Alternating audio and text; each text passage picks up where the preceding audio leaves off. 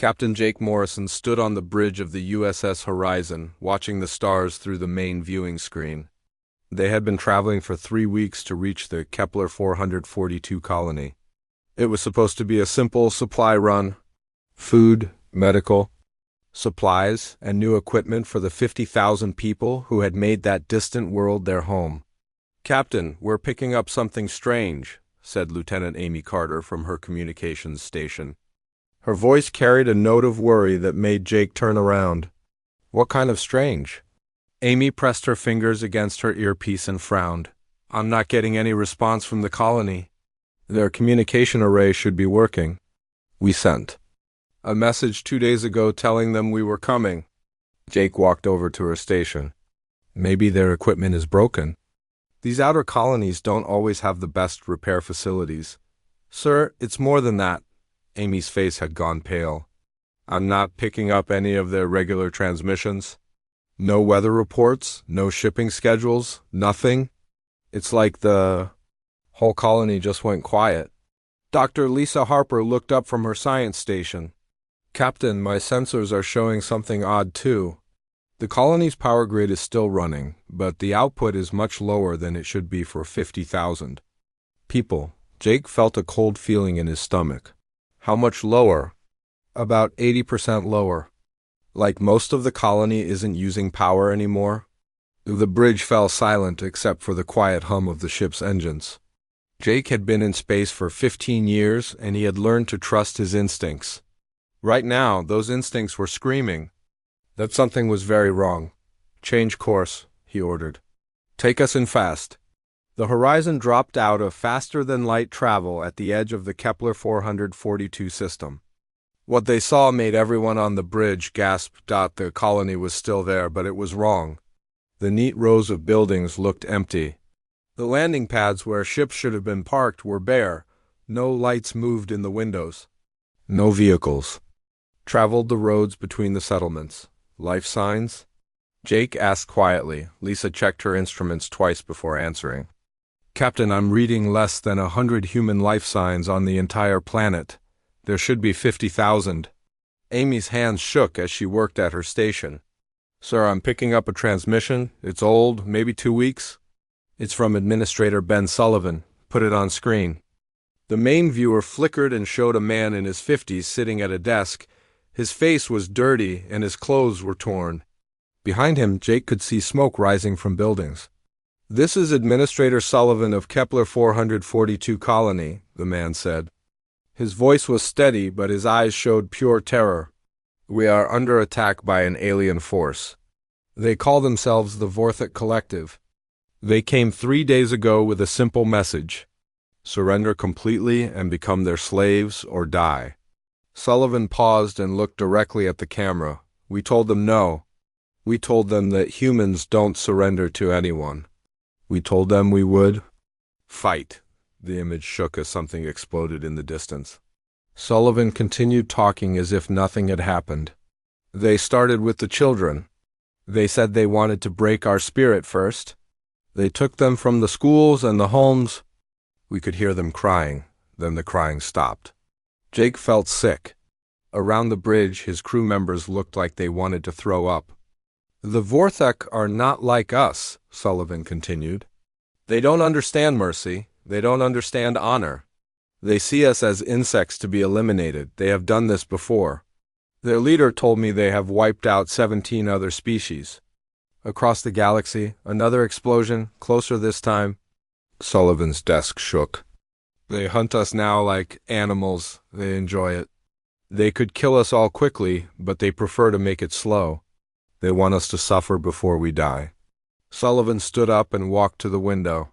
"I can see their ships in the sky. Beautiful things that bring only death. If anyone receives this message, you need to know the truth. These aliens see our diplomacy as weakness. They see our mercy as stupidity. They think humans are soft." He turned back to the camera. "Tell Earth what happened here. Tell them that being civilized won't save us from this. Tell them that sometimes you have to become a monster to fight monsters." The transmission ended with the sound of doors being broken down and Ben Sullivan Screaming, the bridge of the horizon was completely silent. Jake stared at the empty screen, his mind struggling to process what he had just seen. "Captain," Amy whispered, "I'm picking up 3 more colonies that have gone silent in the past week. Tau Ceti, Volf 359, and Gliese 667. No responses to any communications." Lisa was studying her instruments with shaking hands. "Sir, I'm detecting traces of alien technology on the planet's surface. The energy signatures don't match anything in our databases." Jake turned to his tactical officer, Lieutenant Danny Pierce. "What do you think, Danny?" Danny had been quiet during the transmission, but now his face was hard as stone. "Sir, I think we're at war. I think we've been at war for weeks and didn't know it. Amy, send a priority message to Earth, full encryption. Tell them what we found here." "Tell them about the Vorthik." "Yes, sir." Jake looked out at the dead colony below. Somewhere down there, 50,000 humans had fought and died. Men, women, and children who had traveled across the galaxy to build a new life, only to be hunted down like animals. "Set course for Earth," he ordered, "maximum speed." As the horizon turned away from the dead world, Jake made a decision that would change everything. He opened his personal communication channel to Earth's military command. "This is Captain Morrison of the USS Horizon. I am declaring a military emergency. We are under attack by a hostile alien force. I repeat, we are under attack. The enemy has committed genocide against human colonies. I am requesting immediate military response." He paused, thinking about Ben Sullivan's final words. "And command, you need to know something else. Being civilized isn't going to save us from this." President Helen Davis sat in the emergency meeting room deep beneath the White House. The walls were thick concrete and steel, built to survive nuclear war. Today they faced something worse than nuclear war. They faced extinction. "Show me the message again," she said quietly. General Robert Hayes pressed a button on his tablet. Captain Morrison's face appeared on the large screen at the front of the room. His voice was steady, but his eyes showed the horror of what he had seen. 50,000 people, Madam President. All dead, men, women, children. The aliens called the Vorthak killed them all. They started with the children to break the adult's spirit. Helen closed her eyes. She had been president for 3 years. She had dealt with wars, natural disasters, and economic crashes. Nothing had prepared her for this. "How many other colonies?" she asked. "At least 3 more have gone silent. We think there might be more. The Vorthak seem to be hitting our outer colonies first, working their way toward Earth." Dr. Kevin Walsh, Earth's top expert on alien cultures, raised his hand. "Madam President, I've been studying the communications Captain Morrison sent us. The Vorthak have been watching us for years. They've been listening to our radio signals, our television broadcasts, our diplomatic messages. What did they learn?" Kevin's face was grim. "They learned that we try to solve problems with talking. They learned that we have rules about how we fight wars. They learned that we try to protect innocent people, even our enemies." Helen felt a chill run down her spine. "They see our humanity as weakness?" "Yes, ma'am. From what I can tell, the Vorthak culture is based on pure strength. They believe that any species that shows mercy deserves to be destroyed. They think we're soft because we don't kill our prisoners of war." General Hayes leaned forward. "Madam President, we need to mobilize every military asset we have right now." "How long do we have?" Commander Linda Foster, who had flown in from the Mars Defense Platform, answered. "Our long-range sensors are picking up massive alien fleets moving through space. They're not trying to hide anymore. Based on their speed and direction, they'll reach our main colony worlds in 2 weeks." Helen looked around the room at the faces of her advisors. These were the smartest, most experienced people humanity had to offer. And they all looked terrified. "What are our options?" she asked. "We can try to negotiate," said Secretary of State William Brooks. "Maybe we can find some kind of peace agreement." Kevin shook his head. "Sir, with respect, that won't work. The Vorthak don't negotiate. They demand complete surrender or they kill everyone. There's no middle ground." Then we fight, said General Hayes. We gather every ship, every weapon, every soldier we have. We make them pay for every inch of space. They take, can we win? Helen asked. Hayes was quiet for a long moment. In a fair fight, probably not. They have more ships, more advanced weapons, and they've been doing this for a long time.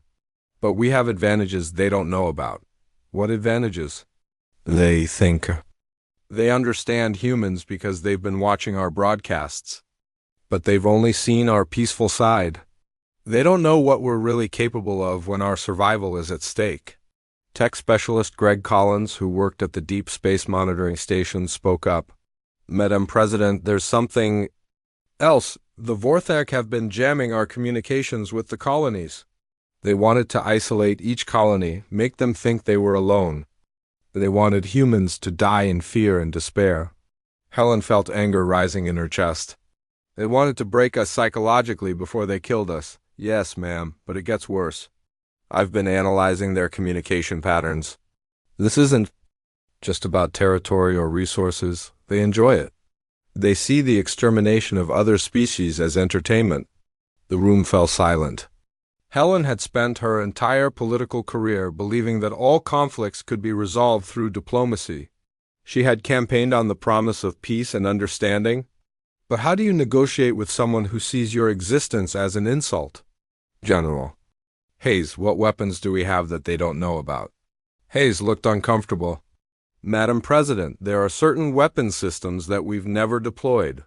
They were considered too dangerous, too inhumane to use against other humans. What kind of weapons? Biological weapons that target specific DNA patterns. Nanotechnology that can destroy entire planets. Psychological warfare techniques that can drive entire populations insane. We developed them during the Cold War, but they were so horrible that we agreed never to use them.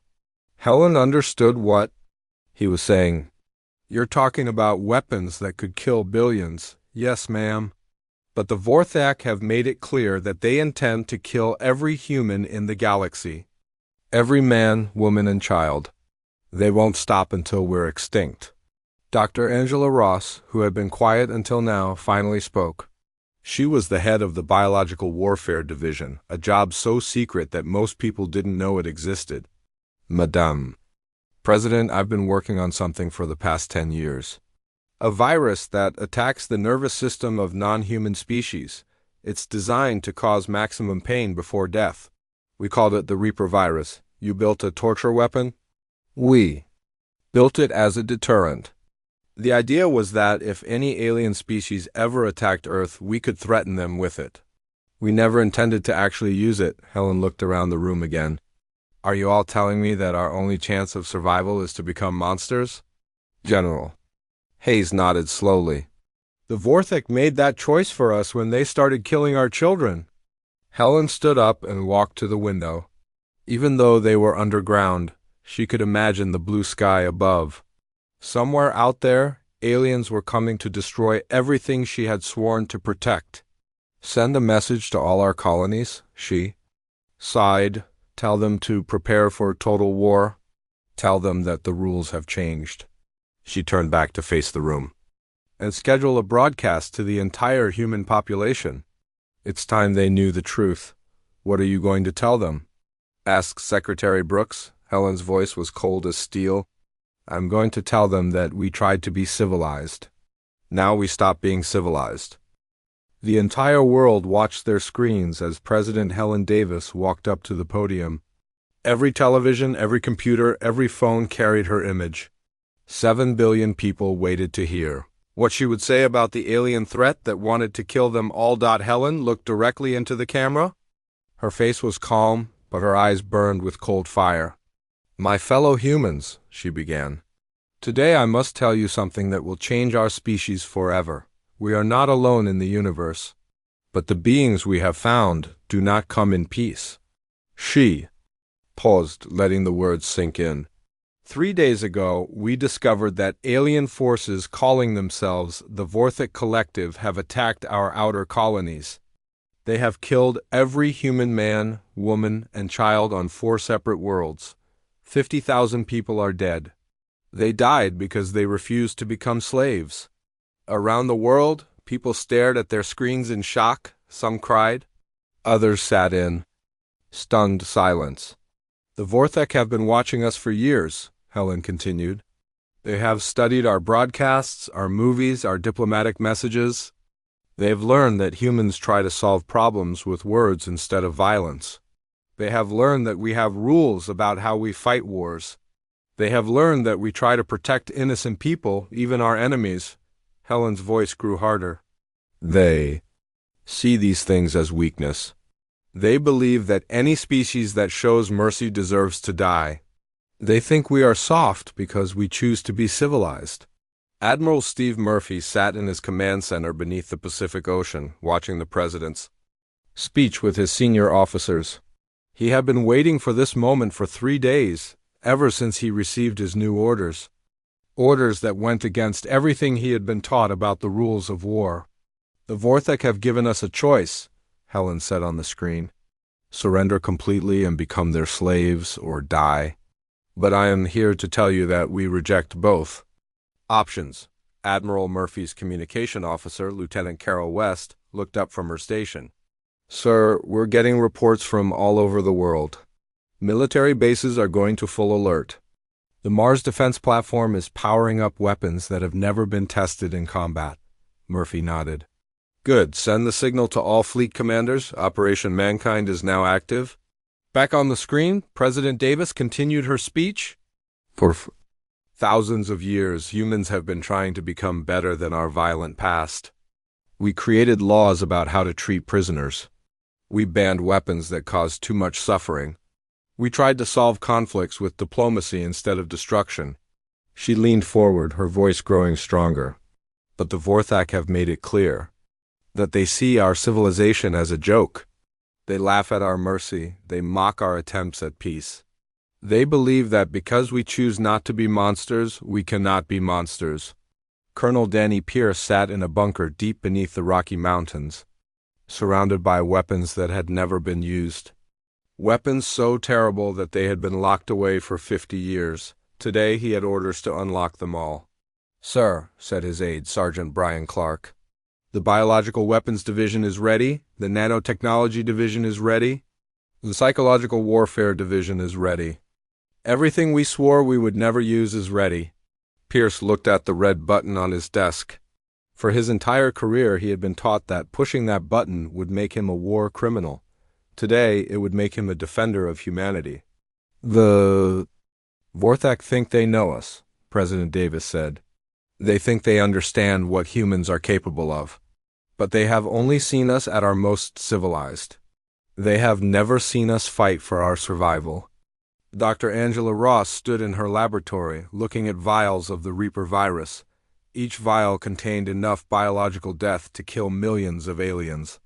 The virus had been designed to attack the nervous system of non-human species, causing excruciating pain before death. Doctor, said her assistant, Dr. Paul Green, the delivery systems are ready.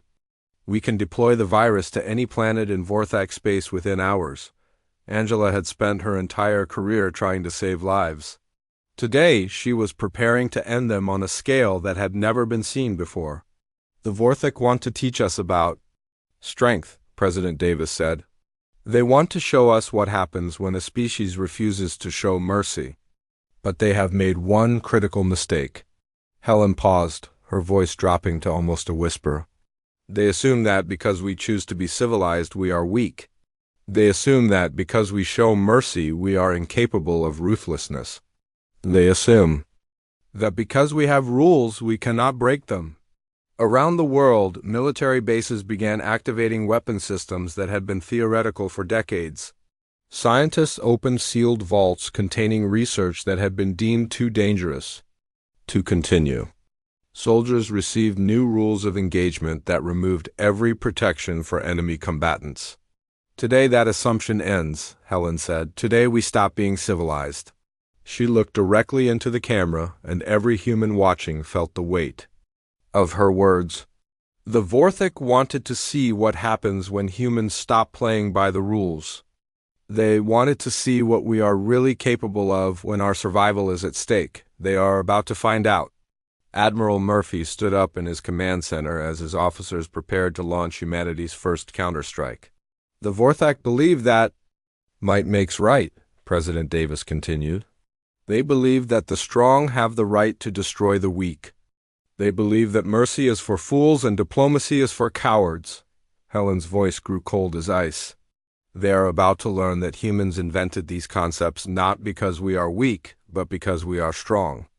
We created rules of war not because we cannot fight without them, but because we can fight too well with them.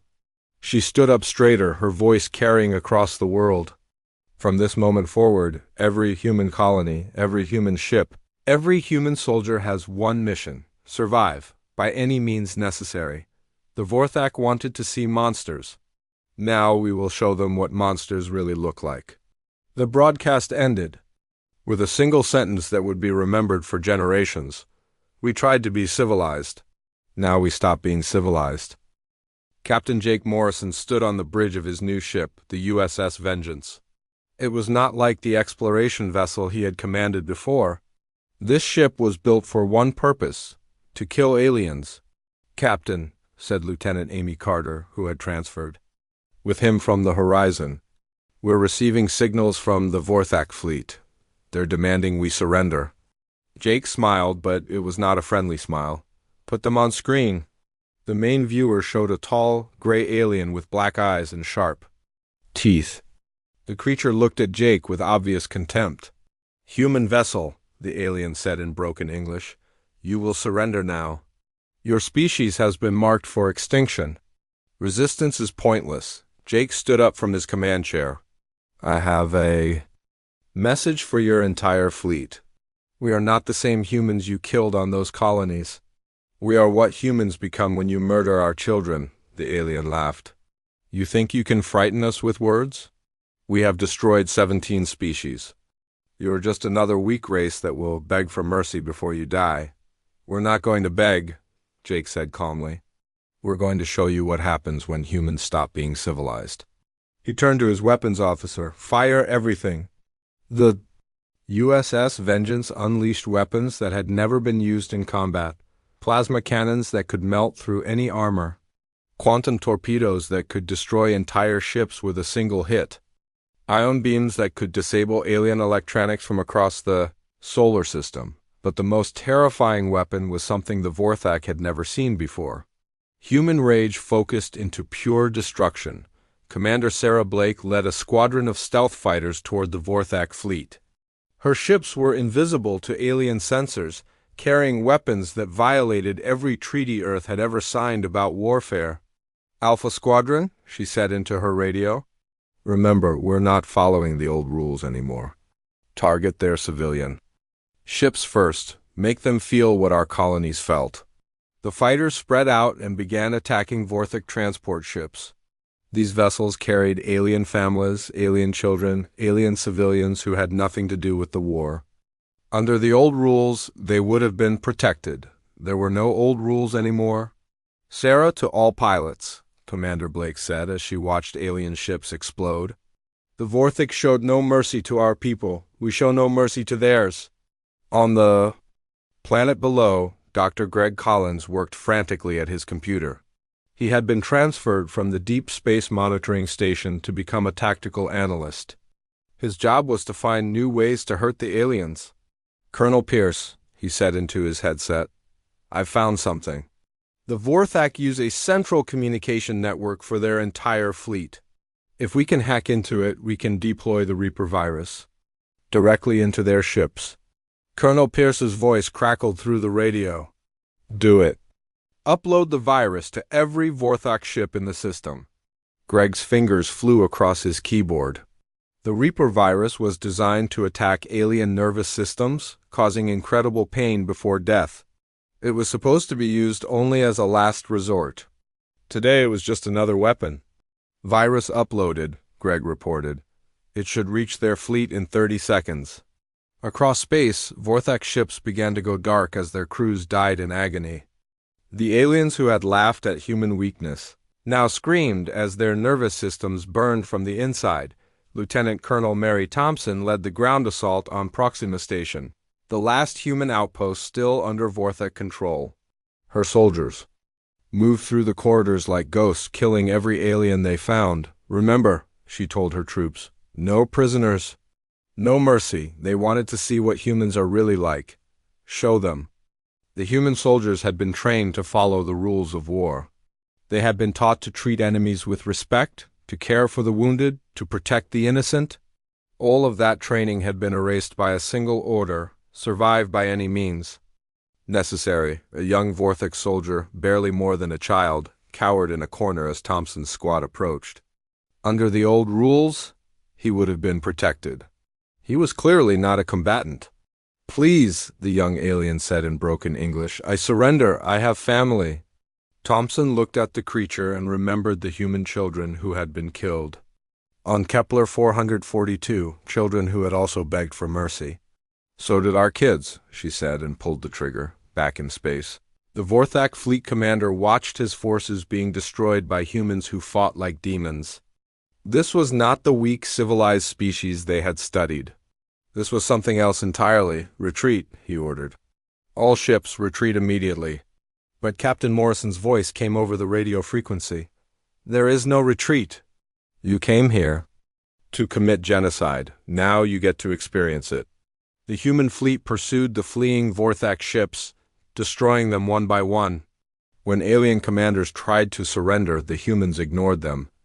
When Vorthak vessels broadcast messages of peace, the humans responded with more weapons fire. Dr. Angela Ross monitored the battle from her laboratory on Earth. Her biological weapons were working perfectly. The Reaper virus had infected over half the Vorthak fleet, and the death toll was climbing rapidly. "Doctor," said her assistant, Dr. Paul Green, "some of the alien ships are broadcasting surrender messages. Should we stop the virus?" Angela thought about Administrator Ben Sullivan and the 50,000 humans who had died on Kepler 442. "No, let it spread. The Vorthak wanted to teach us about strength. Consider this a lesson." As the battle raged, the Vorthak began to understand their mistake. They had attacked a species that had spent thousands of years learning to control their capacity for violence. They had assumed that, because humans chose to be civilized, they were weak, but humans had not become civilized because they were weak. They had become civilized because they were too strong. They had created rules and laws and treaties not because they couldn't fight without them, but because they fought too well with them. The Vorthak had removed those rules. Now they faced the full fury of a species that had once conquered their own planet through pure violence, then spent centuries learning to control that violence. The aliens had unleashed something they could not understand and could not stop. They had wanted to see what humans were really capable of. Now they knew. The battle ended with the complete destruction of the Vorthak fleet. Not a single alien ship escaped. Not a single alien survivor was taken prisoner. Captain Morrison stood on his bridge, looking out at the wreckage of what had once been a mighty alien armada. His crew worked quietly around him, already preparing for the next battle. "Captain," said Amy Carter, "we're receiving a transmission from Earth. Admiral Murphy wants to know if we're ready for the next phase." Jake nodded. "Tell him we're ready. And tell him to send the message to any other alien species that might be listening." "What message, sir?" Jake's eyes were cold as winter. "Tell them that humans tried to be civilized. They made that impossible. Now they get to live with the consequences." 6 months after the first human counterattack, a single Vorthak ship approached Earth. It flew slowly, broadcasting surrender signals on every frequency. The once mighty alien empire that had destroyed 17 species was now begging for mercy. "Ambassador." Helen Cruz waited in the meeting room aboard the orbital station above Earth. She had been chosen to represent humanity not because she was diplomatic, but because she was cold. The old diplomats who believed in peace and understanding were gone. The new Earth government needed people who understood that sometimes mercy was weakness. The Vorthak delegation entered the room. There were 3 of them, and they looked nothing like the proud warriors who had demanded human surrender 6 months ago. Their gray skin was pale with fear. Their black eyes darted nervously around the room. They moved like beaten animals. Humans, said the lead alien, struggling with the words. We come to make peace. We surrender. We will leave your space forever. Helen looked at them without expression. Sit down. The aliens sat quickly, their hands shaking. You want to make peace, Helen said.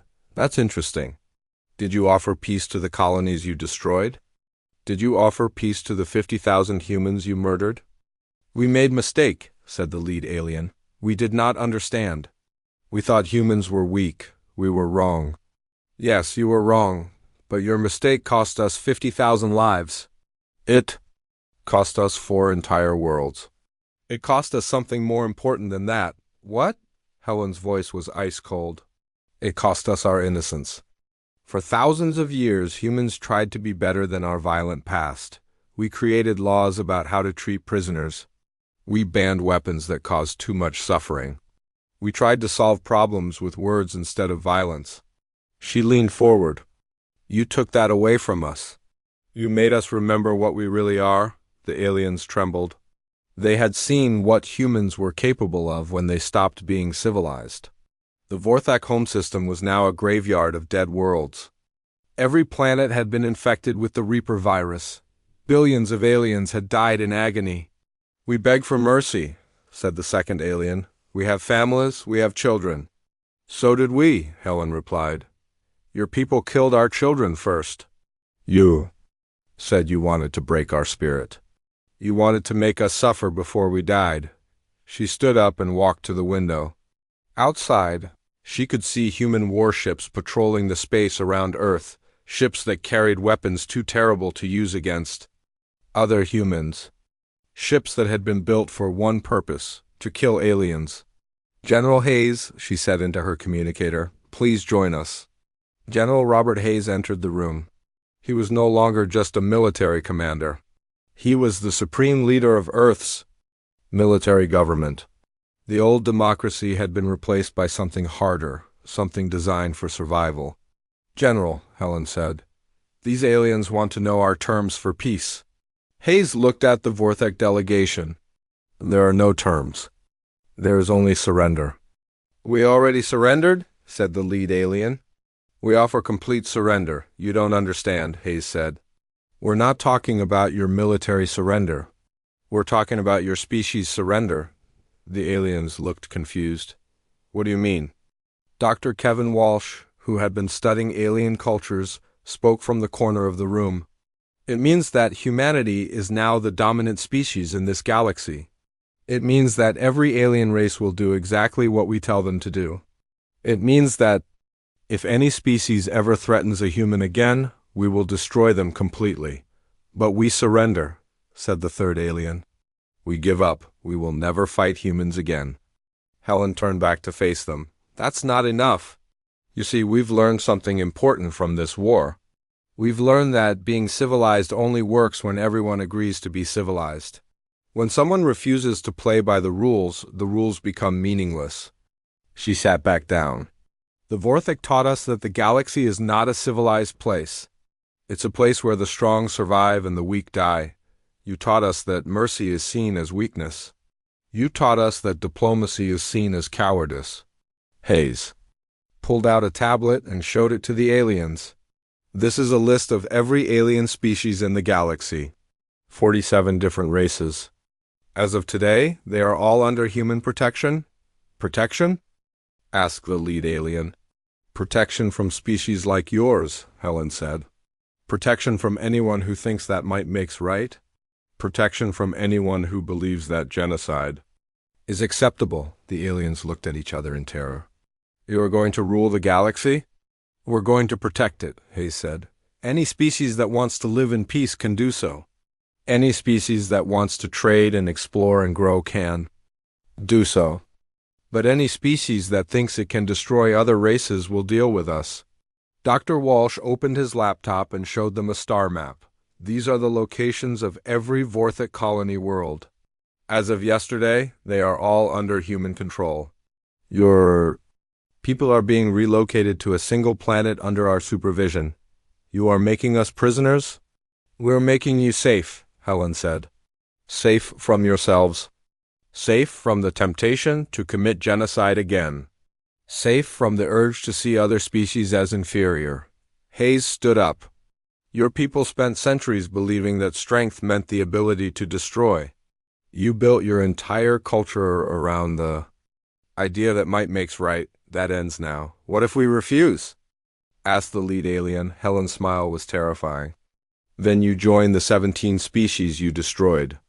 We have weapons that can sterilize entire star systems. We have viruses that can kill every member of your species in hours. We have technologies that can make your people suffer for generations. She leaned forward. The difference between us and you is that we don't want to use these weapons, but we will if we have to.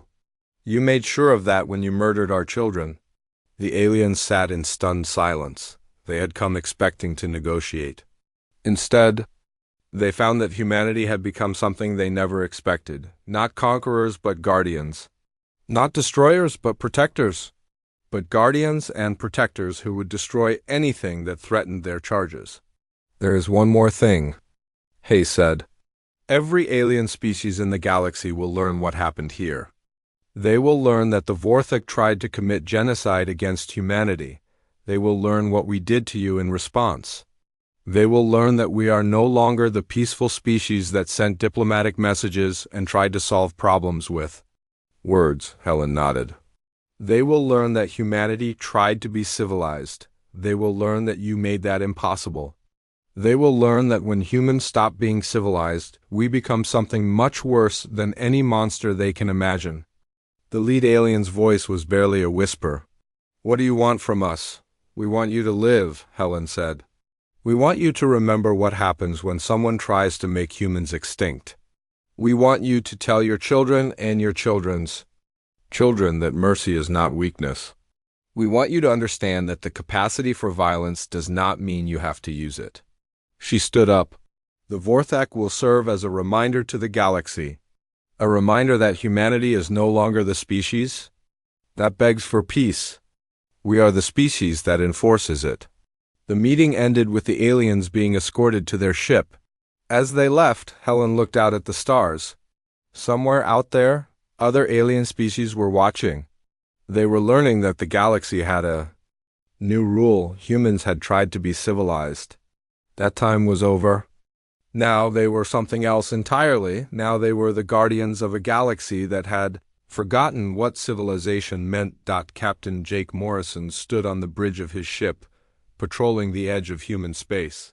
His crew monitored alien communications. From across the galaxy, every species was talking about the same thing. What had happened to the Vorthok? Captain, said Amy Carter, we're receiving messages from 12 different alien governments. They all want to establish diplomatic relations with Earth, Jake nodded. Tell them we're listening, but remind them of the new rules. What new rules? Sir? Jake's eyes were hard as steel. Peace through strength. Civilization through fear. Mercy through the promise of destruction. He looked out at the stars. Tell them that humans are no longer asking for peace. We're guaranteeing it.